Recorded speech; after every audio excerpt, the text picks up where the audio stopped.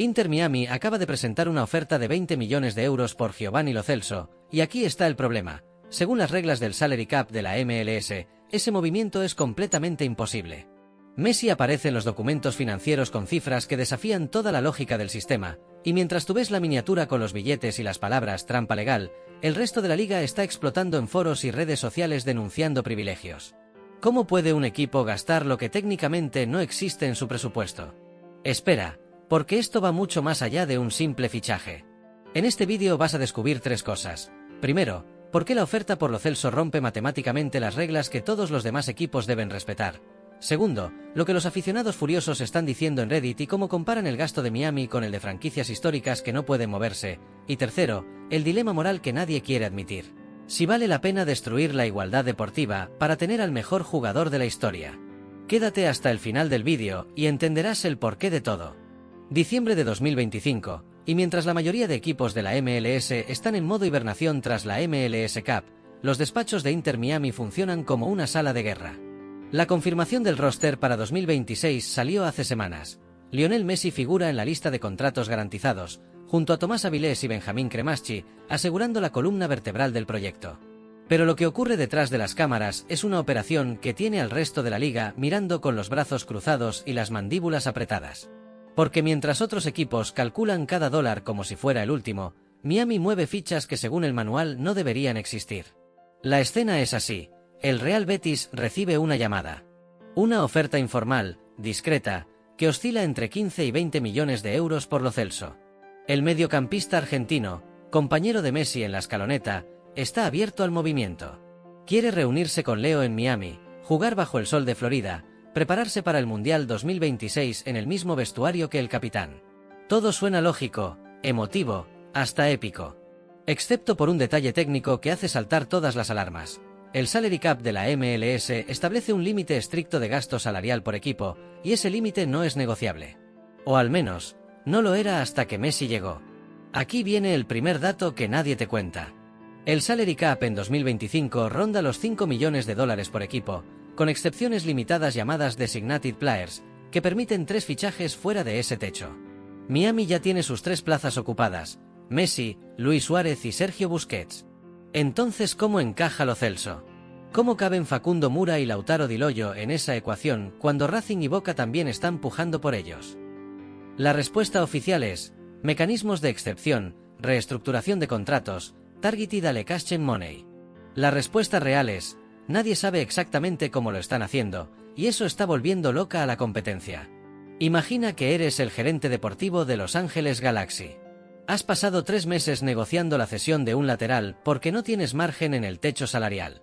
Calculas cada prima, cada bono por asistencia, cada cláusula de rendimiento.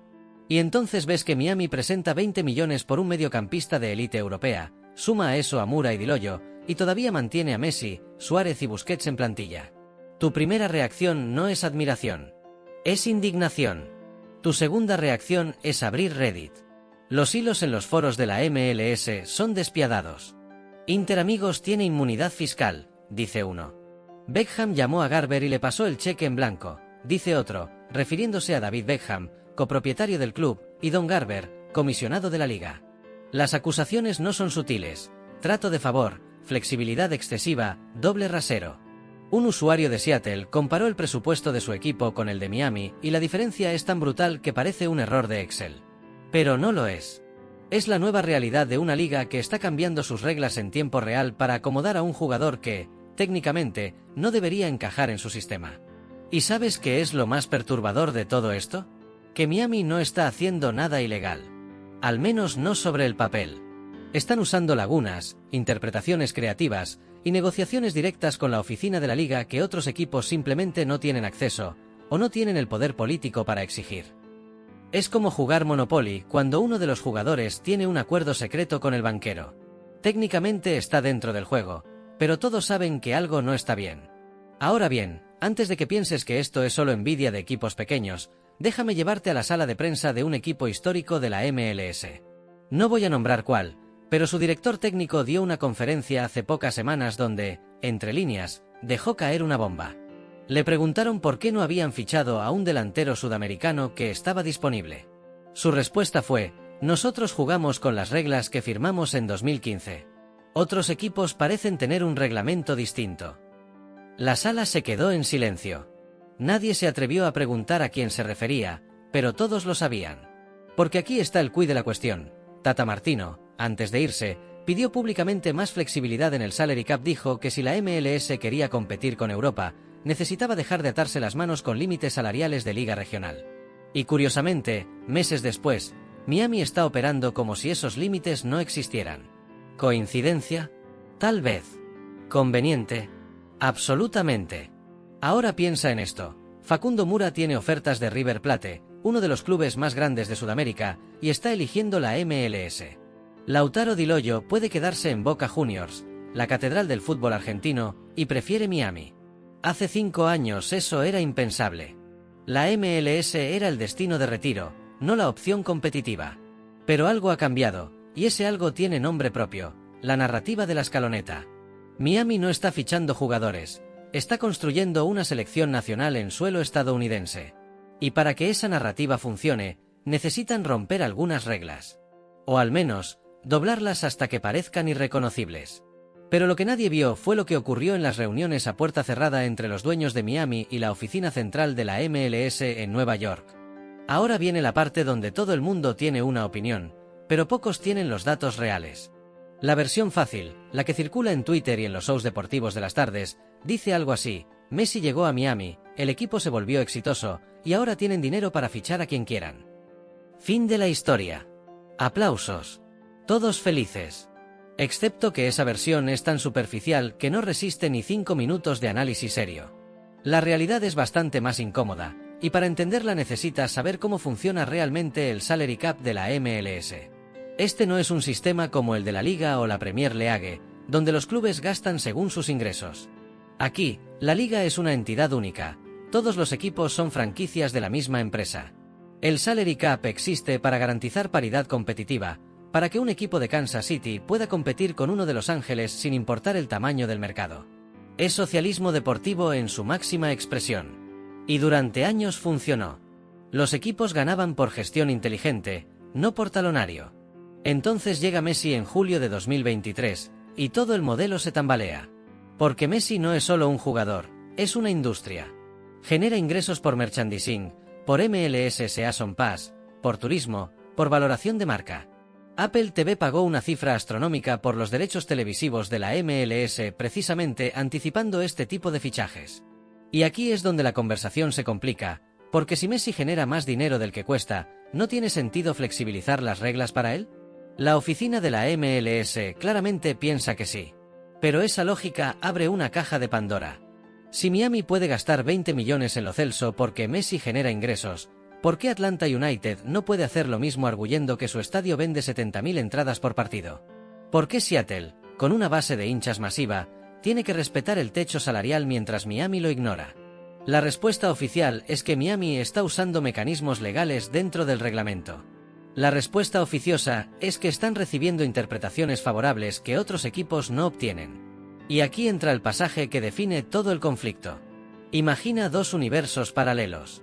En el primero, el mito, la MLS es una liga justa donde todos compiten en igualdad de condiciones, y el éxito de Miami es resultado de gestión brillante y visión a largo plazo. En el segundo, la realidad, la MLS está haciendo todo lo posible para que Miami funcione porque sabe que Messi es su única ventana para competir con el fútbol europeo en términos de relevancia global. Y si eso significa torcer algunas reglas, aplicar excepciones creativas y mirar hacia otro lado cuando los números no cuadran, entonces que así sea. El problema es que ambos universos coexisten en la misma realidad, y dependiendo de quién seas, hincha de Miami o del resto de la liga, vives en uno o en otro. Los seguidores de Inter Miami ven un proyecto ambicioso que está elevando el nivel de toda la competencia. Los demás ven un equipo con privilegios injustificados que distorsiona la paridad competitiva. ¿Quién tiene razón? Probablemente ambos. Si me sigues hasta acá, dale like al vídeo porque esto se pone todavía más denso. Porque ahora necesitamos hablar de las cifras concretas, y aquí es donde todo se vuelve turbio. Messi tiene un contrato que, según reportes, incluye participaciones accionarias, bonos por crecimiento de la franquicia y acuerdos de imagen que técnicamente no cuentan contra el salary cap, es decir, su salario oficial para efectos del techo salarial podría ser de 5 millones, mientras que su remuneración real ronda las cifras estratosféricas. Es completamente legal, pero es también completamente opaco. Ahora multiplica esa opacidad por cada fichaje de la era Messi. Suárez llegó con un acuerdo similar. Busquets también. ¿Y Lo Celso? Si el fichaje se concreta, puedes apostar que su estructura salarial tendrá tantas capas que parecerá un pastel de bodas. Parte del pago podría venir de patrocinadores externos vinculados a la liga, otra parte de derechos de imagen cedidos al club, otra de incentivos por rendimiento que no impactan el cap hasta que se activan. Al final del día, el jugador cobra su dinero, pero los libros contables muestran una fracción de esa cifra. ¿Es trampa? Técnicamente no. ¿Es ético? Ahí la conversación se complica. Porque si bien Miami está siguiendo la letra de la ley, está violando su espíritu. El salary cap fue diseñado para evitar exactamente lo que está ocurriendo, que un equipo con más recursos políticos y comerciales domine la liga comprando talento. Y sin embargo, aquí estamos. Ahora piensa en la experiencia del aficionado promedio de la MLS. Llevas años siguiendo a tu equipo, celebrando cuando ficha a un jugador decente de la segunda división argentina, emocionándote porque trajeron a un veterano de Europa que todavía tiene algo de gasolina en el tanque. Y de repente ves que Miami trae a Mura, que River Plate quería desesperadamente, y a Di Lollo, que Boca consideraba intransferible. No es envidia. Es frustración sistémica. Porque te das cuenta de que no importa cuán bien gestione tu equipo, nunca va a poder competir con una franquicia que tiene acceso a herramientas financieras que los demás no pueden tocar. Y aquí aparece una pista que cambia todo el enfoque de la conversación. Hace algunas semanas, un periodista especializado en finanzas deportivas publicó un análisis en su blog, que por cierto casi nadie leyó, donde demostraba algo fascinante. Si aplicas las reglas estándar del salary cap a la plantilla actual de Miami, el equipo estaría excedido en casi 40%. 40%. Eso no es un error de redondeo ni una excepción menor. Es una brecha estructural que solo puede explicarse de dos formas. O Miami tiene un equipo de contadores tan brillantes que deberían estar trabajando para la NASA, o la liga está haciendo la vista gorda de manera sistemática. La verdad probablemente esté en el medio. Miami tiene recursos legales y creatividad financiera que otros equipos no poseen.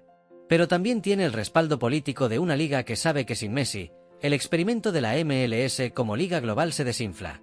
Apple TV no renovará esos contratos millonarios si las audiencias internacionales desaparecen.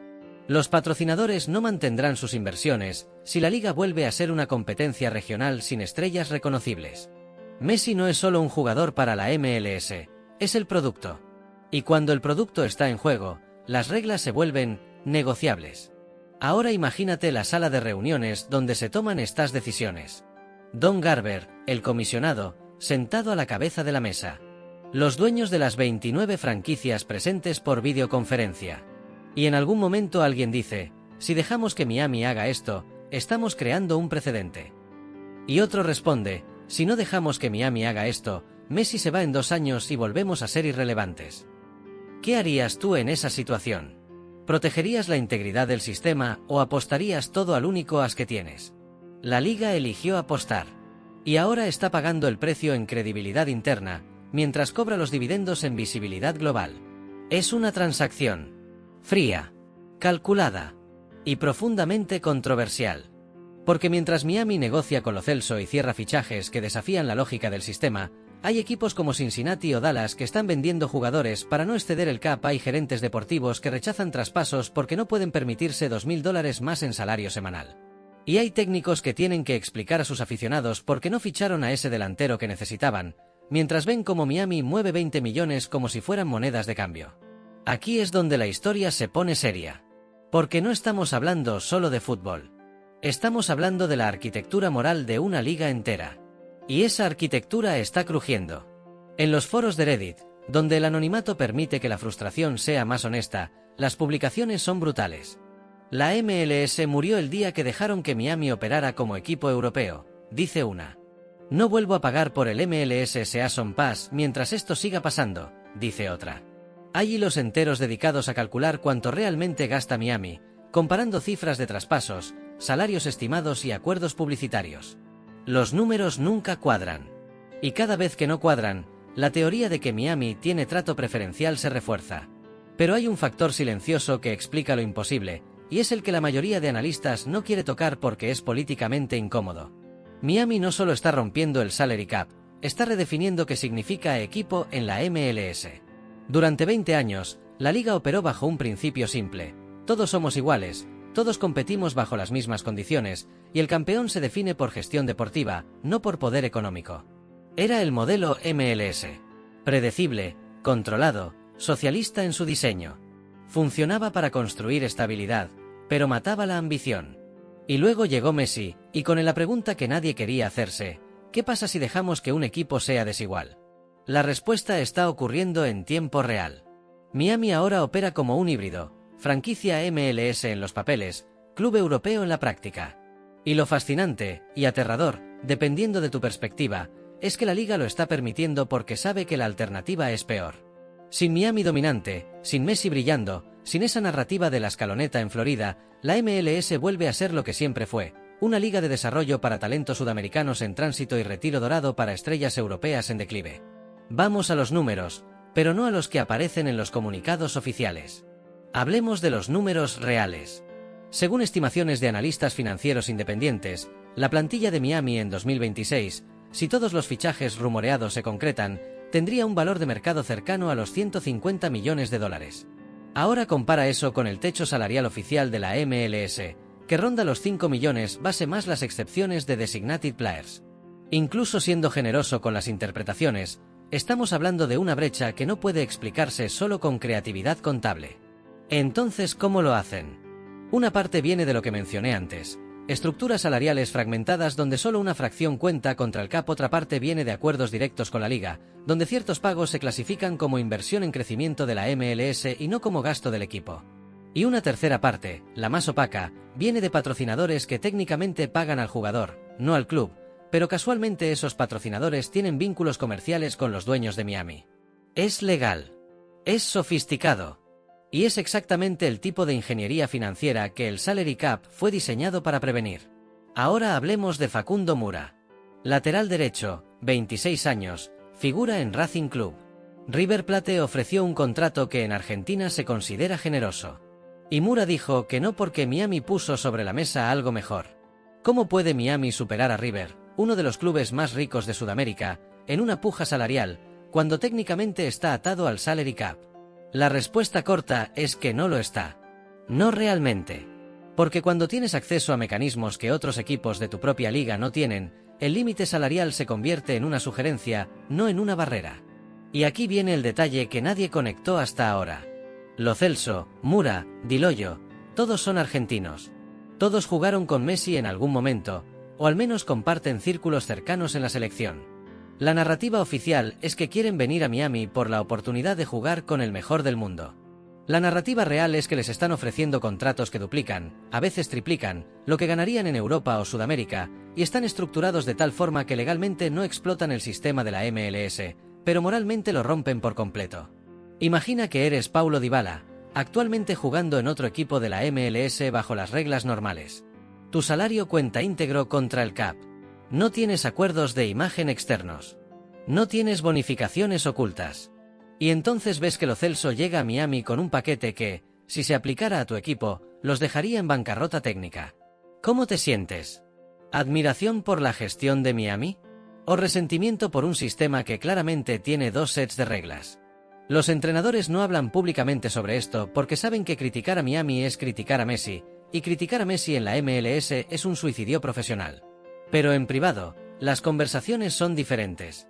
Un técnico de un equipo del oeste le dijo a un periodista, off the record, que preparar un partido contra Miami ya no es análisis táctico, es gestión de la frustración. Porque sabes que vas a enfrentar a un equipo que tiene 3 veces tu presupuesto, jugadores que técnicamente no deberían estar todos juntos en la misma plantilla, y un sistema arbitral que, consciente o no, tiende a proteger el producto estrella. Ahora, ¿esto significa que Miami está haciendo trampa? Aquí es donde la respuesta se vuelve filosófica. Si las reglas dicen que algo está permitido, pero esas reglas se modifican específicamente para permitirlo, ¿es legal o es una legalidad construida? Es como si estuvieras jugando ajedrez y a mitad de la partida tu oponente moviera la torre en diagonal y cuando protestas, el árbitro dijera: «Ah, para este jugador específico, las torres pueden hacer eso». Técnicamente no rompió las reglas, pero claramente rompió el juego. Y lo fuerte es que esto recién empieza. Porque si Lo Celso llega en enero, y Mura y Di Loyo se suman en verano, Miami tendrá una plantilla que en cualquier otra liga sería de mitad de tabla europeo. En la MLS, será un super equipo sin competencia real. Y cuando ganen, cuando dominen, cuando levanten trofeos, la pregunta será, ¿ganaron por ser mejores o ganaron porque jugaron con reglas diferentes? Los números de Messi en 2025 fueron obscenos: 29 goles en 28 partidos, bota de oro de la MLS. Pero esos números no existirían sin Busquets distribuyendo, sin Suárez abriendo espacios, sin la defensa reforzada que otros equipos no pueden permitirse. El sistema funciona porque cada pieza está diseñada para que Messi brille. Y cada pieza cuesta dinero que, según las reglas oficiales, no debería estar disponible. Ahora viene la parte que te va a hacer repensar todo lo que has escuchado hasta ahora. Porque hay un elemento en esta historia que casi nadie menciona, y es el más explosivo de todos: la complicidad silenciosa del resto de la liga. Sí, los dueños de otras franquicias se quejan en privado. Sí, los técnicos resienten la desigualdad. Pero cuando llega el momento de votar en las reuniones de la MLS, cuando Garber propone otra excepción temporal para acomodar un fichaje de Miami, ¿cuántos votan en contra? Casi ninguno. Porque todos saben que si Miami tiene éxito, si Messi sigue brillando, si los estadios se llenan y las audiencias crecen, todos se benefician. Los derechos televisivos suben. Los patrocinadores pagan más. El valor de cada franquicia aumenta. Es un pacto fáustico. Sacrificas la integridad competitiva a cambio de relevancia comercial. Y hasta ahora, la liga ha decidido que el trato vale la pena. Pero hay un costo oculto que nadie está calculando. Cada vez que un equipo pequeño pierde contra Miami por 3 goles, cada vez que un fichaje prometedor elige Florida sobre otro mercado, cada vez que un aficionado de Kansas City o Montreal ve que su equipo no puede competir estructuralmente, se erosiona un poco más la conexión emocional con la liga. Porque el deporte funciona cuando crees que tu equipo tiene una oportunidad. Y en la MLS de 2025, si no eres Miami, esa creencia requiere un acto de fe cada vez más grande. Ahora imagina el escenario más oscuro, el que nadie en la oficina central quiere contemplar. Messi se retira en 2027. Lo Celso envejece. Los fichajes estrella dejan de llegar porque la ventana de jugar con Messi se cierra. ¿Qué le queda a Miami? Un equipo caro, una estructura inflada y una liga que modificó sus reglas permanentemente para acomodar una era que ya terminó. ¿Y qué le queda al resto de la MLS? Un sistema distorsionado donde los precedentes de Miami ahora pueden ser usados por otros equipos con recursos, creando una nueva aristocracia que convierte la liga en lo que siempre quiso evitar: una copia barata de Europa donde el dinero decide todo. Ese es el verdadero dilema. No es si Miami está haciendo trampa. Es si la MLS está destruyendo su propia identidad para perseguir una relevancia que tal vez sea efímera. Y cuando Messi ya no esté, cuando las cámaras se apaguen y los turistas dejen de llenar el estadio, la liga tendrá que mirar al espejo y preguntarse: ¿valió la pena? Si has llegado hasta acá, suscríbete porque en la segunda parte vamos a revelar algo que ningún medio mainstream se atreve a decir. Pero antes de llegar a eso, necesitas entender un contexto que cambia toda la ecuación. Y ese contexto tiene que ver con algo mucho más grande que el fútbol. Tiene que ver con geopolítica deportiva, con el Mundial 2026 y con una apuesta que va mucho más allá de ganar títulos de MLS. El Mundial 2026 es la verdadera razón detrás de todo esto. Y cuando entiendas esa pieza, todo lo demás cobra sentido de una forma casi perturbadora. Porque lo que está pasando en Miami no es solo un experimento deportivo ni una estrategia comercial aislada. Es la construcción de una plataforma física y emocional para que Messi llegue al torneo más importante de su vida en las mejores condiciones posibles. Y la MLS lo sabe. La liga entera está dispuesta a torcer sus propias reglas porque sabe que si Messi levanta esa copa en suelo estadounidense, vistiendo la camiseta de Inter Miami semanas antes, el retorno de esa inversión será estratosférico. Piensa en la cronología. Messi llega a Miami en julio de 2023, justo después de ganar el Mundial de Qatar. La Copa del Mundo 2026 se juega en Estados Unidos, México y Canadá. La final será en el MetLife Stadium de Nueva Jersey. Messi tendrá 39 años. Es, casi con certeza, su última oportunidad de disputar un mundial. Y Miami está construyendo todo un ecosistema para que esos 18 meses previos al torneo sean perfectos. Plantilla de élite, sin presión competitiva real, clima ideal, entrenamiento controlado, minutos dosificados. Es un campamento base disfrazado de equipo de fútbol. Ahora mira los fichajes bajo esa luz. Lo Celso no viene solo porque quiere jugar con Messi. Viene porque forma parte del plan de la selección argentina para llegar al Mundial con química de club. Scaloni, el entrenador de Argentina, puede llamarlo por teléfono y preguntarle cómo está Leo físicamente, cómo entrena, qué necesita. Mura y Di Lollo son piezas del mismo tablero. Rodear a Messi de jugadores que entienden su lenguaje, que no necesitan adaptación, que pueden replicar en Miami lo que hacen en la albiceleste. Es una estrategia de selección nacional implementada en una liga de clubes. Y funciona porque la MLS está dispuesta a permitirlo. Aquí es donde el conflicto moral se vuelve casi imposible de resolver. Porque si eres fanático del fútbol global, si quieres ver a Messi en su mejor versión en el Mundial, esta estrategia es brillante. Pero si eres aficionado de un equipo de la MLS que no es Miami, estás viendo cómo tu liga se convierte en el campo de entrenamiento personal de una selección extranjera. Y no puedes protestar demasiado alto porque te acusarán de envidioso, de no entender el momento histórico, de estar en contra del crecimiento de la liga. La versión fácil dice que Miami está fichando bien, invirtiendo inteligentemente y construyendo un proyecto ganador que eleva el nivel de toda la competencia.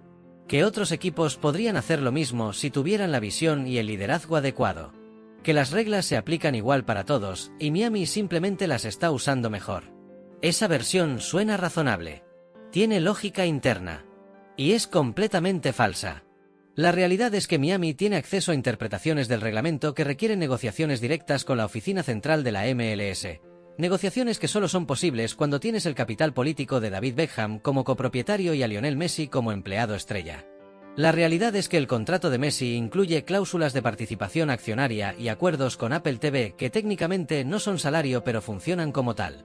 La realidad es que cuando Tata Martino pidió flexibilidad en el salary cap, no lo estaba pidiendo para toda la liga, lo estaba pidiendo para Miami, y la liga se lo concedió de formas que nunca aparecerán en un comunicado oficial.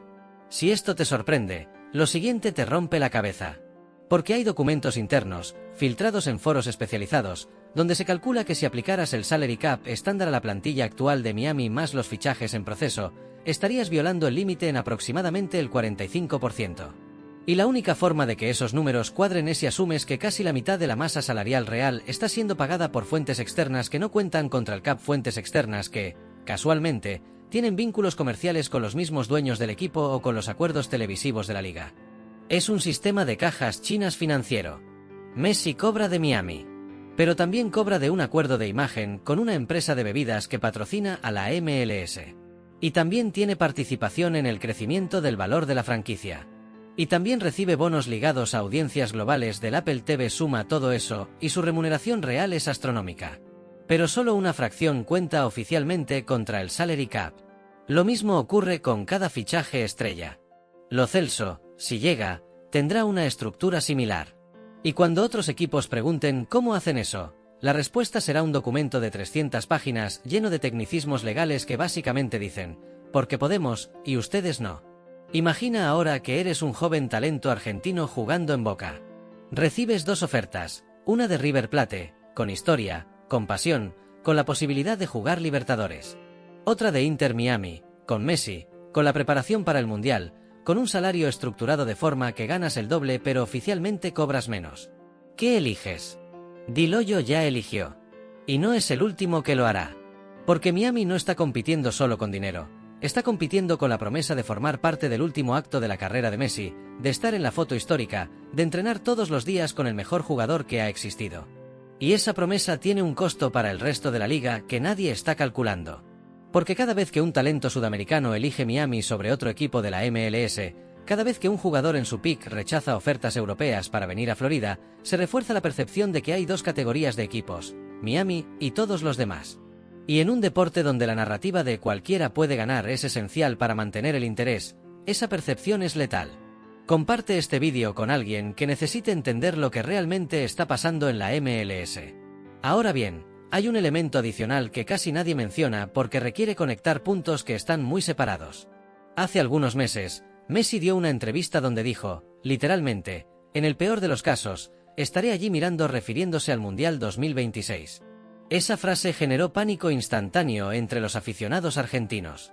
Pero si la lees en contexto con todo lo que está pasando en Miami, adquiere un significado completamente diferente. No es una declaración de duda. Es una estrategia de gestión de expectativas. Porque Messi sabe que si promete jugar el Mundial y luego se lesiona, el peso emocional será insoportable. Pero si dice tal vez no juegue, y luego aparece en perfectas condiciones, será una sorpresa heroica. Y Miami es el escenario perfecto para esa narrativa.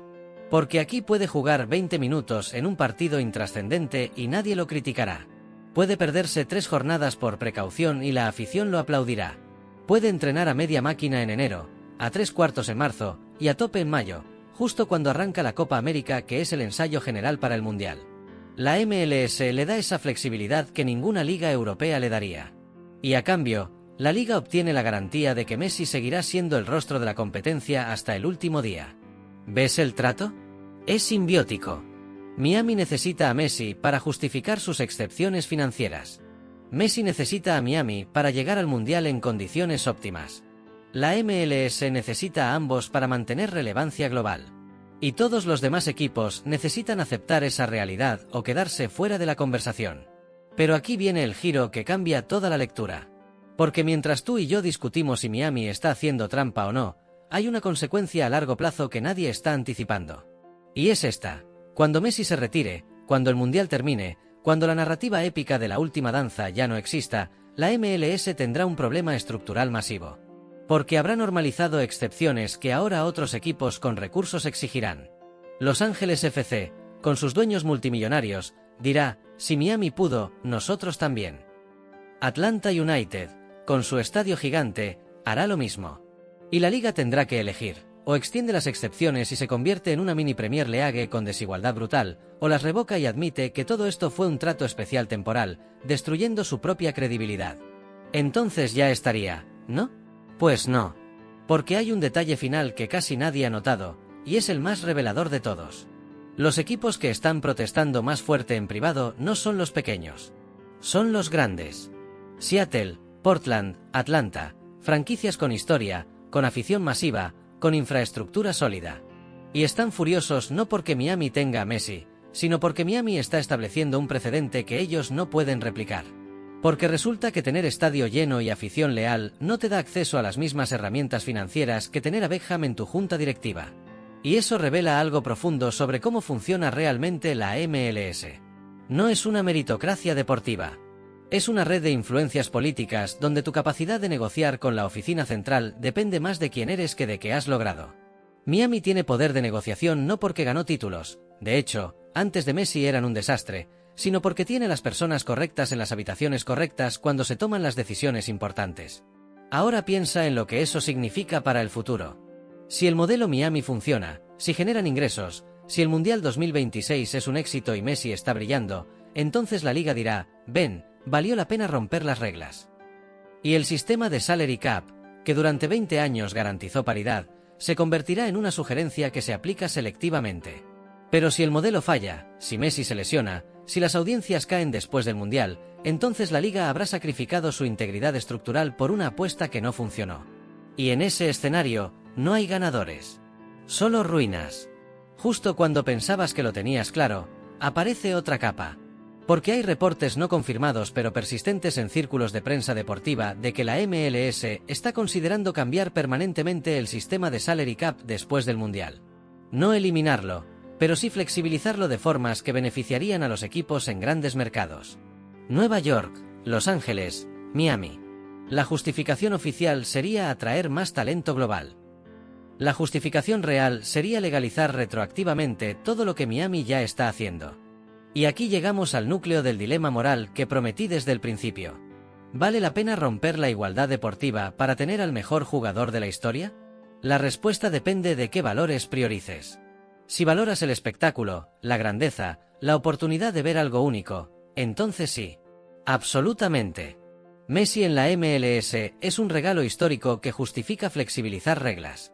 Pero si valoras la competencia justa, la credibilidad institucional, la idea de que todos juegan bajo las mismas condiciones, entonces no. Lo que Miami está haciendo es corrosivo para el deporte como concepto. Y lo fascinante es que ambas respuestas son correctas simultáneamente. Es posible argumentar con evidencia sólida que Miami está salvando a la MLS de la irrelevancia global. Y es posible argumentar con igual evidencia que Miami está destruyendo la integridad competitiva de la liga. No son contradicciones. Son dos verdades en tensión permanente. Y la forma en que la MLS resuelva esa tensión definirá qué tipo de liga será en los próximos 20 años. Porque aquí está la verdad que ningún medio mainstream se atreve a decir en voz alta. la MLS está cambiando sus propias reglas porque sabe que Messi es su única oportunidad de competir con Europa en términos de relevancia global. Y tienen razón. Sin Messi, sin esa narrativa épica de la escaloneta en Miami, sin los fichajes imposibles y los estadios llenos de turistas argentinos, la MLS vuelve a ser lo que siempre fue, una liga regional con ambiciones globales pero sin el producto para respaldarlo. Messi es ese producto. Y la liga está dispuesta a hacer lo que sea necesario para mantenerlo feliz, competitivo y visible hasta el último segundo de su carrera. Entonces, ¿están rompiendo las reglas? Sí. ¿Es trampa? Técnicamente no, porque las reglas se están modificando en tiempo real para permitir lo que hacen. ¿Es justo? Depende de para quién. Si eres hincha de Miami, es gestión brillante.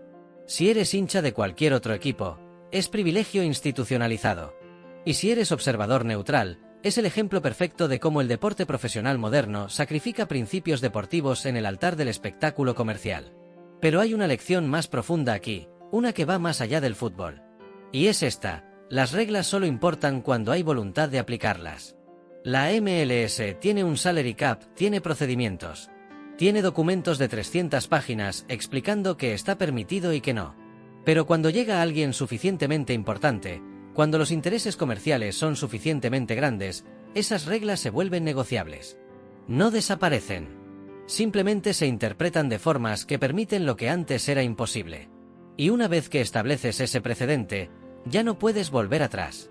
Porque el día que intentes aplicar las reglas estrictamente de nuevo, alguien te recordará, pero para Miami hiciste una excepción. Y ahí está el costo real de todo esto. No es financiero. Es reputacional. Es la erosión lenta de la confianza en que el sistema funciona igual para todos. Cada equipo que no puede fichar a alguien por el salary cap, cada aficionado que ve a su club vendiendo jugadores mientras Miami compra estrellas, cada técnico que tiene que explicar que no tienen presupuesto mientras Miami presenta ofertas millonarias, todos ellos están absorbiendo el mensaje de que la igualdad competitiva es opcional cuando hay suficiente dinero y poder político en juego. El Mundial 2026 dirá si la apuesta valió la pena. Si Messi levanta esa copa, si Miami se convierte en sinónimo de gloria futbolística, si las audiencias globales explotan y la MLS finalmente logra ser tomada en serio por Europa, entonces la historia dirá que hicieron lo correcto. Que a veces hay que romper las reglas para hacer algo grande. Pero si algo sale mal, si Messi se lesiona o Argentina decepciona o las audiencias caen después del torneo, entonces la MLS habrá hipotecado su integridad por una apuesta que no funcionó. Y no hay camino de regreso desde ahí. Lo que está ocurriendo en Miami no es solo un equipo fichando bien. Es un experimento social sobre cuánto está dispuesta una liga a distorsionarse para acomodar a un ícono. Y la respuesta, hasta ahora, es todo. Absolutamente todo. Las reglas, la paridad, la credibilidad, incluso el concepto mismo de competencia justa. Todo está sobre la mesa. Todo es negociable. Porque al final, la MLS tomó una decisión: prefiere ser relevante e injusta que justa e invisible. Y con Messi en el campo, rodeado de la escaloneta, preparándose para el Mundial en suelo estadounidense, esa decisión parece brillante. Pero el día que Messi ya no esté, tendremos que revisar si realmente valió la pena. Y cuando ese día llegue, probablemente descubramos que la respuesta no es simple. Que ganamos algo y perdimos algo. Que vimos grandeza pero sacrificamos integridad. Que Miami nos dio el mejor fútbol que la MLS jamás ha producido, pero a un costo que todavía no terminamos de calcular. Porque ese es el trato. Siempre lo fue. Y todos, absolutamente todos, sabían exactamente lo que estaban aceptando cuando decidieron que las reglas podían ser flexibles. Suscríbete porque en marzo comienza la locura del mercado de fichajes, y esto solo es el comienzo.